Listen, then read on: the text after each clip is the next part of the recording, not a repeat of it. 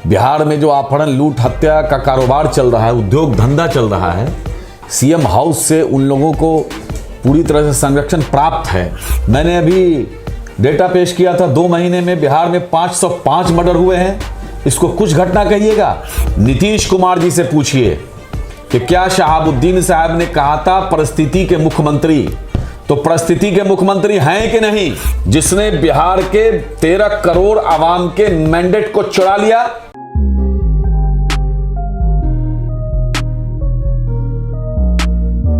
नमस्कार, आप देख रहे हैं भारत लाइव। मैं हूं अभिषेक मिश्रा। आमतौर पर जब हम किसी इंटरव्यू की शुरुआत करते हैं तो फ्लैशबैक से शुरुआत नहीं करते हैं, लेकिन आज हम थोड़ा फ्लैशबैक में लेकर चलते हैं आपको। याद कीजिए वो तारीख, वो दिन जब बिहार विधानसभा चुनाव के नतीजे आने वाले थे। उसके पहले एग्जिट पोल आ रहे थे, जो रवायत है उसके अनुसार, और एग्जिट पोल ये बता रहे थे कि बिहार में आरजेडी की सरकार, महागठबंधन की सरकार बननी तय है, तेजस्वी यादव का मुख्यमंत्री बनना तय है। आरजेडी के आंगन में तब एक खुशी आई थी, तब खुशियां आई थी। सरकार बनी नहीं, बिहार में एनडीए की सरकार बनी, तेजस्वी यादव मुख्यमंत्री बनते बनते रह गए। लेकिन आरजेडी के खेमे में दूसरी बार खुशियां आई हैं। आरजेडी बहुत खुश है। हमारे साथ आरजेडी के बड़े नेता और युवा राजद के प्रदेश अध्यक्ष हैं कारी सुहेब जी। सवाल पूछना लाजिमी बनता है, खुश तो बहुत होंगे आप, बताइए क्यों खुश हैं, कितने खुश हैं? पहली बात तो मैं बड़ा नेता नहीं हूं, मैं पार्टी का सबसे छोटा कार्यकर्ता हूं। दूसरी बात यह है कि न हम खुश हैं और न हम गम में हैं, हम चिंतित हैं। आज नुकसान बिहार का हो रहा है। बिहार की जनता ने जनादेश दिया था तेजस्वी यादव जी के लिए, क्योंकि 10 लाख नौजवानों को रोजगार चाहिए था कैबिनेट की पहली मीटिंग के पहले कदम से। वो हमारे टीचर लोग हों या और भी जो ठेका पे बहाल हैं, समान काम समान वेतन की मांग कर रहे हैं, उनको समान काम समान वेतन चाहिए था, इसके लिए वोट किया था। जिनके वोट को चोरी कर ली गई, बैलेट पेपर पर किस तरह से स्याही लगा लगा करके डाका डाला है इन लोगों ने, वो दुनिया ने देखा है। चाहे आशा दीदी हों, रसोइया हों, इन लोगों का मानदेय बढ़ाने की बात थी। और बिहार में जो विकास की गति रुक गई है, उस विकास को बढ़ाने की बात थी, बड़े बड़े इंडस्ट्री लगाने की बात थी। बिहार में जो अपहरण लूट हत्या का कारोबार चल रहा है, उद्योग धंधा चल रहा है, सीएम हाउस से उन लोगों को पूरी तरह से संरक्षण प्राप्त है। महाजंगल के महाराज दिल्ली से बैठ के एलईडी से देख नहीं पा रहे हैं। इन सब को लेकर के हम चिंतित हैं। बिहार में एक दिन में 27 मर्डर हो रहा है, क्या हमारे लिए खुश होने की बात है? हम चिंतित हैं। आपकी चिंताओं पर सवाल इसलिए भी खड़े होते हैं कारी सुहेब जी कि ठीक है, आप लगातार सवाल उठा रहे हैं बिहार की कुछ घटनाओं को लेकर। सुशासन पर सवाल पहले भी विपक्ष उठाता रहा है, और हाल के दिनों में तो बीजेपी के, जेडीयू के सहयोगी बीजेपी ने भी उठाया है। लेकिन आपकी चिंताओं पर सवाल इसलिए खड़े होते हैं क्योंकि आपके जो राजनीतिक विरोधी हैं वो सवाल उठाते हैं कि भाई आप राजवल्लभ यादव की पत्नी को टिकट दे देते हैं, आप टिकट दे देते हैं अनंत सिंह को, जिनको आपकी पार्टी के जो कर्ता धर्ता हैं तेजस्वी यादव, उन्होंने कहा कि बैड एलिमेंट्स है, आप रीतलाल यादव को टिकट दे देते हैं। तो ऐसे कई नाम हैं जिसकी फहरिस्त बहुत लंबी है। शहाबुद्दीन आपकी पार्टी से निकाले गए हैं कि नहीं निकाले गए हैं, हमारी जानकारी दुरुस्त कर दीजिएगा थोड़ा, है पार्टी में या निकाल दिए गए हैं? पहली बात तो यह है कि भारत लाइव एक जिम्मेदार यूट्यूब चैनल है, बिल्कुल, और आप उसके नुमाइंदा हैं, बिल्कुल। और आप कह रहे हैं बिहार में कुछ घटनाओं को लेकर चिंतित हैं। कुछ घटनाएं हैं। मैंने अभी डेटा पेश किया था, 2 महीने में बिहार में 505 मर्डर हुए हैं। इसको कुछ घटना कहिएगा? मैंने कहा था कि 5000 से ज्यादा चोरी हो गई है, डकैती, उसको कुछ घटना कहिएगा? मैंने आपके आंकड़ों पर सवाल नहीं उठाए हैं। 174 बलात्कार हुए हैं, उसको कुछ घटना कहिएगा? नहीं, मैं आपसे ये कहना चाह रहा हूं कि उसमें भी आप जानते हैं कि ये पुलिस का डाटा है, बिहार सरकार जो डाटा दिया है वो है, पुलिस 40% डाटा को छुपा लेती है। मैं आपके अगर आंकड़ों उसको पर जोड़ लीजिएगा मेरा सवाल तो ये सुन लीजिए, कहां चला जाएगा। मैं बिहार में सुनिए, बिहार में पूरी तरह से महाजंगल राज है। बिहार में कोई एक 10 बजे दिन में दरभंगा में विधायक के घर के बगल में जहां विधायक भाजपा के विधायक खड़े हुए हैं, उनका 3 सिक्योरिटी गार्ड खड़ा हुआ है।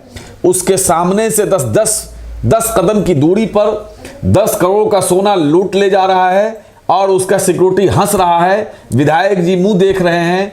उसके बाद में कहते हैं कि शासन पर सवाल उठा रहे हैं और आप कह रहे हैं कि मामूली घटना है। नहीं मैंने मामूली नहीं अपने शब्द हमारे मुंह में मत डालिए। नहीं मेरा सवाल सुन लीजिए। मैंने ये कहा कि बिहार कराह रहा है, बिहार परेशान है।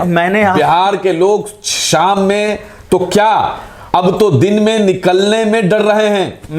बिहार के किसी माँ बाप को ये पूरी तरह से यकीन नहीं है कि मेरा बच्चा, मेरे शौहर, मेरी बहन, मेरी बेटी अगर घर से वापस जाएगी, किसी घर से निकलेगी किसी काम के लिए, स्कूल के लिए, नौकरी के लिए, दवा के लिए, डॉक्टर के लिए, सामान खरीदने के लिए, सब्जी खरीदने के लिए, तो वापस आएगा कि नहीं आएगा, ये सब आप सवाल सुन लीजिए। सुनिए, बिहार के लोग इस बात के लिए परेशान हैं कि मैं अपने घर में ताला मार के कहीं जाऊं अपने शादी ब्याह या किसी अन्य कामों से टूर में, तो हम जब वापस आएंगे तो मेरे घर का सामान चोर ले गया होगा कि नहीं ले गया होगा, इस बात की गारंटी नहीं है। और बिहार पूरी तरह से महाजंगल राज में, बिहार में पूरी तरह से महाजंगल राज है। मैंने आपकी बात मान ली। और महाजंगल राज के महाराज दिल्ली से एलईडी की रोशनी में नहीं देख पा रहे हैं। कारी सोहेब जी, अब सवाल सुन लीजिए। सवाल हमारा ये है, हमने आपके आंकड़ों पर सवाल नहीं उठाए,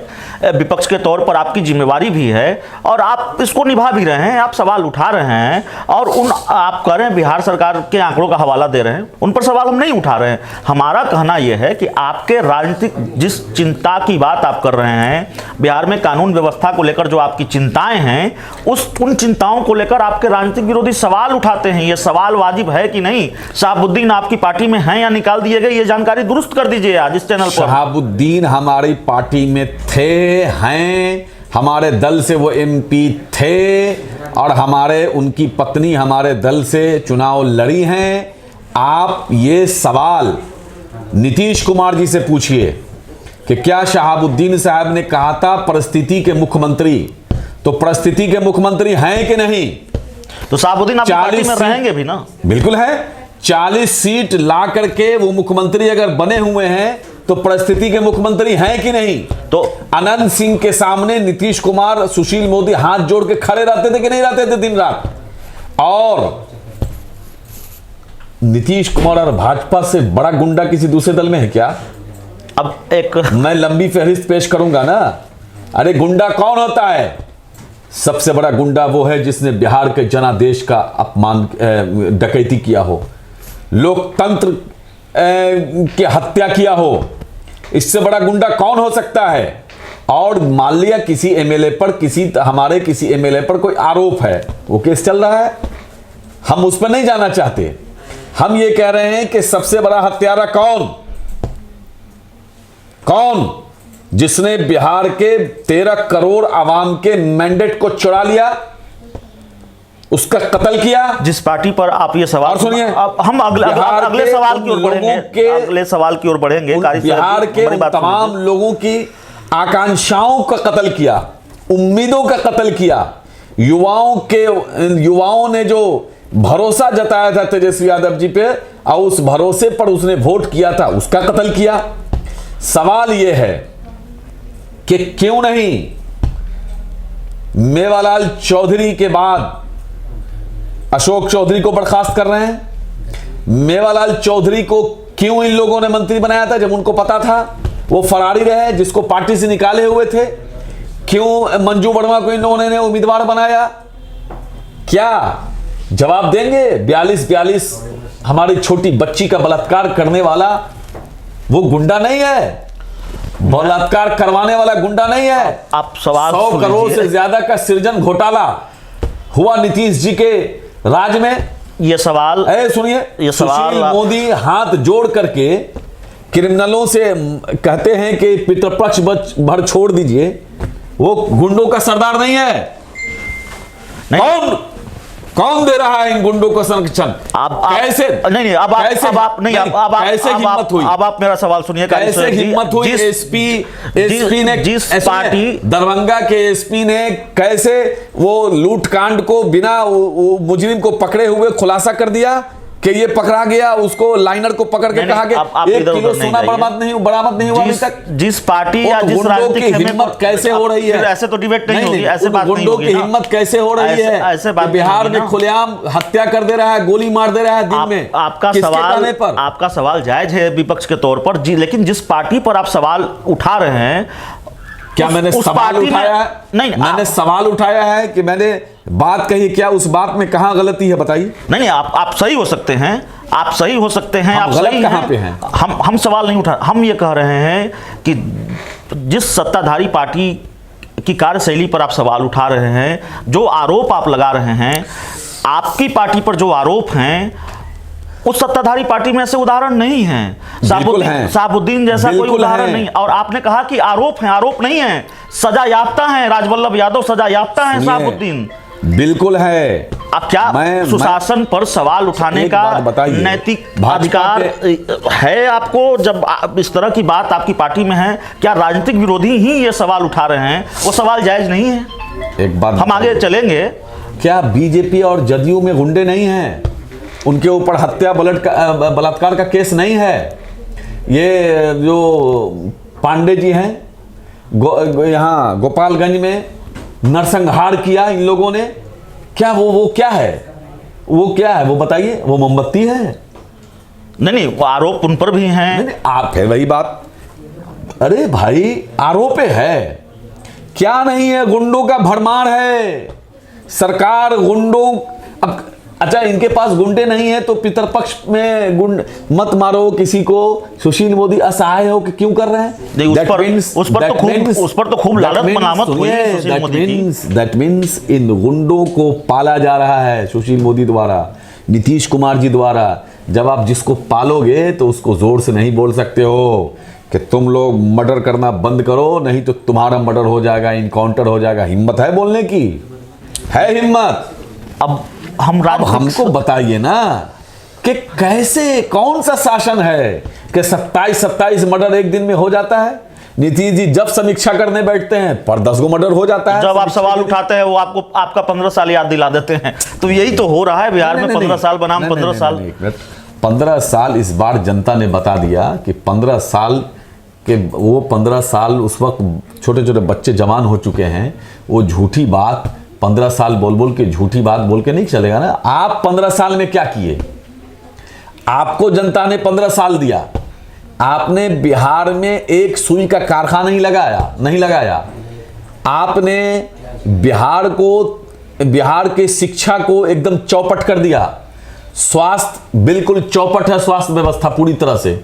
बताइए बिहार का कौन हॉस्पिटल है जहां लोग कह दे कि हम वहां जाके ठीक होकर चले आवेंगे? वहां आईसीयू में बेड मिल जाएगा, वहां अच्छे डॉक्टर इलाज कर। यही तो हाल है। पत्रकार को भी बेड दिया जाए।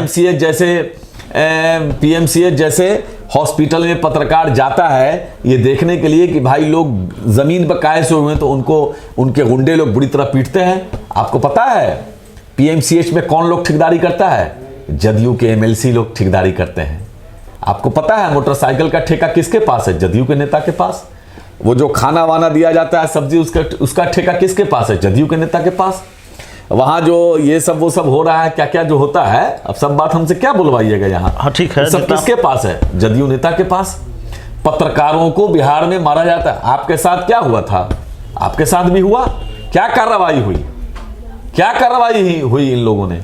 आप जैसा बहादुर पत्रकार, जो बहुत ईमानदारी के साथ आप पत्रकारिता करते हैं, मैं आपको जानता हूं, लेकिन आपके साथ भी जुल्म किया। क्या हुआ? क्या कोई कार्रवाई हुई?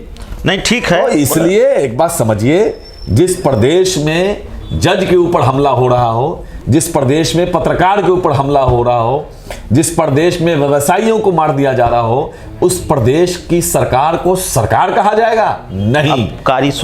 मैं कहता हूं ये क्या है? टीचरों को मारा जाता है, लाठी और डंडे से मारा जाता है। जब ये सुनिए, ये नीतीश कुमार नहीं है, ये ब्रिटिश कुमार हैं। जब हम आप जैसे नेताओं से बात करते हैं तो हमारा लालच यह भी होता है कि जो राजनीतिक सवाल हमारे जेहन में हैं, हमारे दर्शकों के जेहन में हैं, उन सवालों के जवाब हम ढूंढ लाएं। अपराध पर बात हो गई, सुशासन पर बात हो गई, आपकी पार्टी पर जो सवाल हैं उस पर भी बात हो गई, लेकिन मन में तो लड्डू फूट रहा है, आप स्वीकार नहीं कर रहे हैं। लेकिन नज़र है बीजेपी और जेडीयू के अंदर जो सहमत का खेल चल रहा है।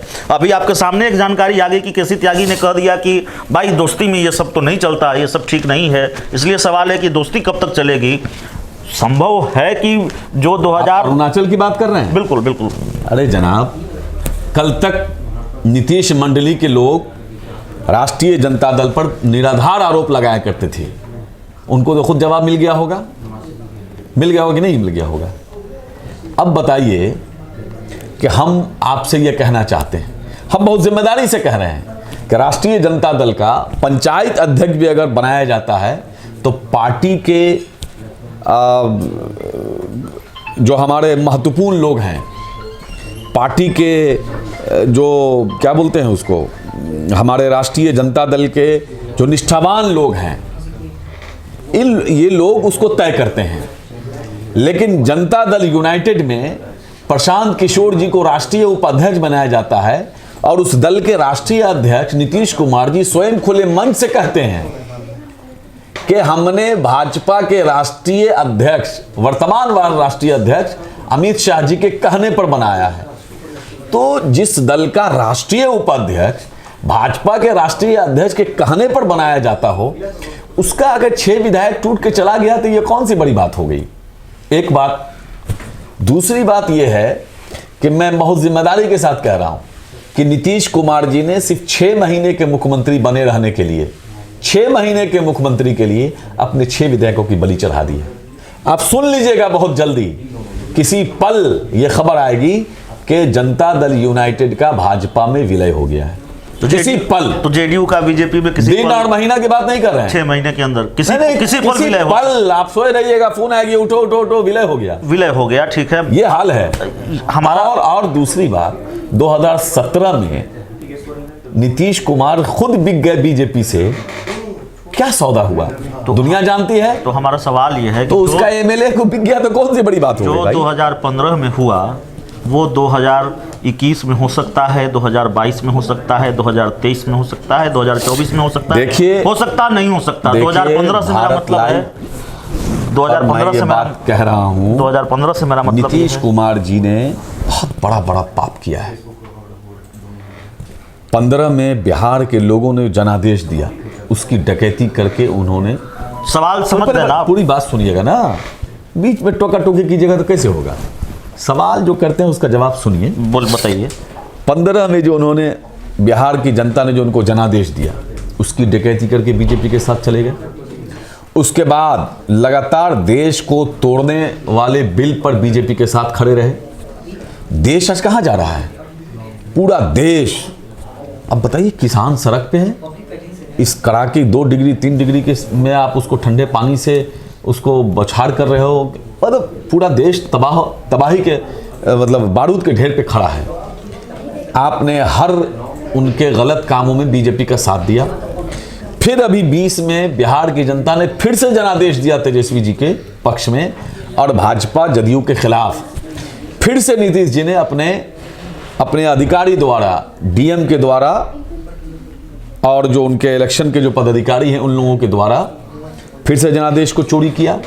मैं तो चैलेंज करता हूं भारत लाइव पर, अगर किसी ने मां का दूध पिया है, नीतीश कुमार जी में हिम्मत है, तो सारा उस दिन का 3 बजे के बाद का कॉल डिटेल्स निकाल दें कि सीएम हाउस से किसको किसको फोन किया। तो मैं वही कह रहा था कि किस तरह से नीतीश जी का फोन गया डीएम के पास, सुशील मोदी का फोन गया, वो दोनों फोन नहीं उठा रहा था।